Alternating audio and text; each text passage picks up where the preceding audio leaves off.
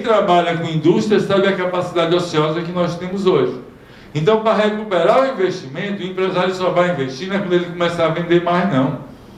Ele vai começar a vender mais, ele vai usar a capacidade ociosa.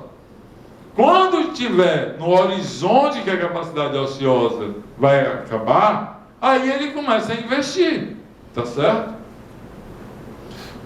Novamente, pelo lado da oferta, eu tenho que separar aquele crescimento do PIB entre indústria, comércio, serviço e agricultura, tá certo? Principalmente no nosso caso, que nós temos uma pauta ainda do agronegócio muito forte no Brasil.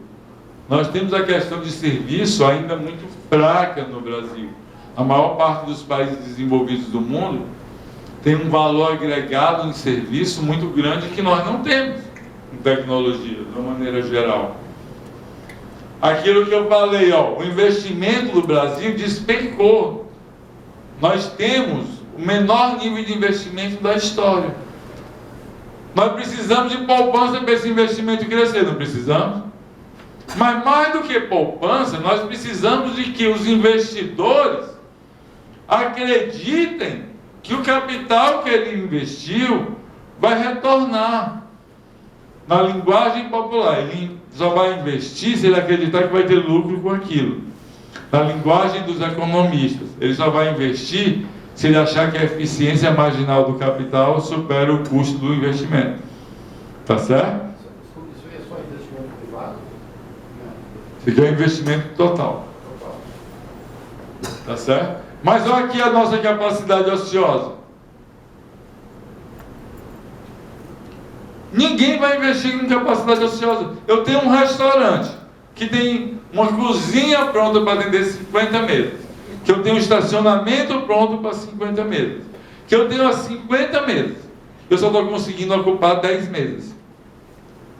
Se eu conseguir ocupar 20 mesas, eu vou contratar um garçom a mais, um auxiliar de cozinha a mais.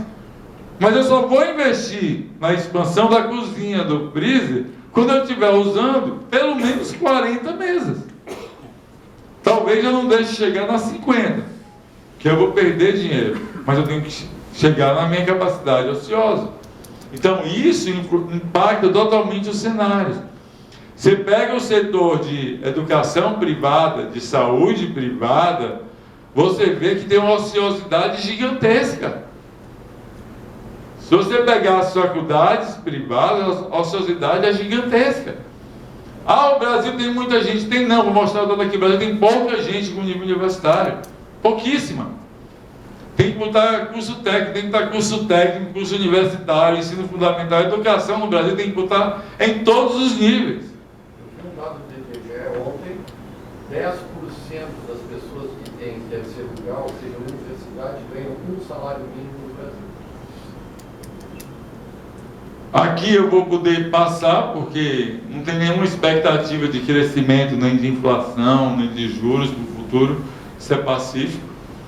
A nossa balança comercial também tende a ter uma estabilidade para o futuro. Isso aqui também é no cenário. Nós não vamos ter grandes solavancos nisso aí, exceto que haja um problema Estados Unidos, China, na União Europeia, uma crise institucional ou jurídica, alguma coisa desse tipo. Seguido as condições de evolução, não vai ter nenhuma mudança nisso.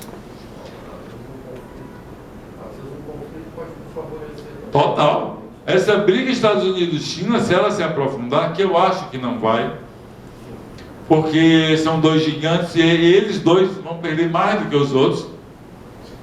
Tá certo?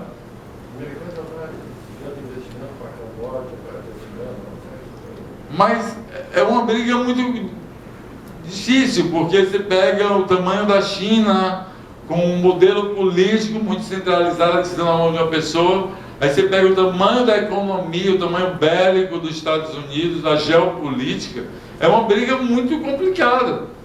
Talvez maior do que a briga da Guerra Fria, porque na Guerra Fria não era só Estados Unidos, era o Ocidente com a União Soviética, essas coisas. Agora talvez seja uma briga mais danosa para a economia do que a da Guerra Fria. Tá? Isso aqui é só um exemplo que nós temos hoje inúmeras fontes para acompanhar o cenário dia a dia. Isso aqui é um boletim da Presidência da República, tá? Que ele mostra a evolução da taxa de juros do dólar ao longo de um dia. Isso aqui não é evolução de uma semana, de um ano, não. É hora a hora. Eles acompanham isso hora a hora, tá? Eu tive a oportunidade de passar um dia lá na Secretaria do Tesouro, lá como monitor, que o secretário do Tesouro, Mansueto Almeida, ele fez graduação comigo, e a gente morou junto lá em São Paulo, na época do mestrado dele, MBA. Eu tive a oportunidade de ver como ele acompanha, é desse jeito. O que é que está acontecendo agora, o que é que está acontecendo aqui, o que é que está aumentando aqui.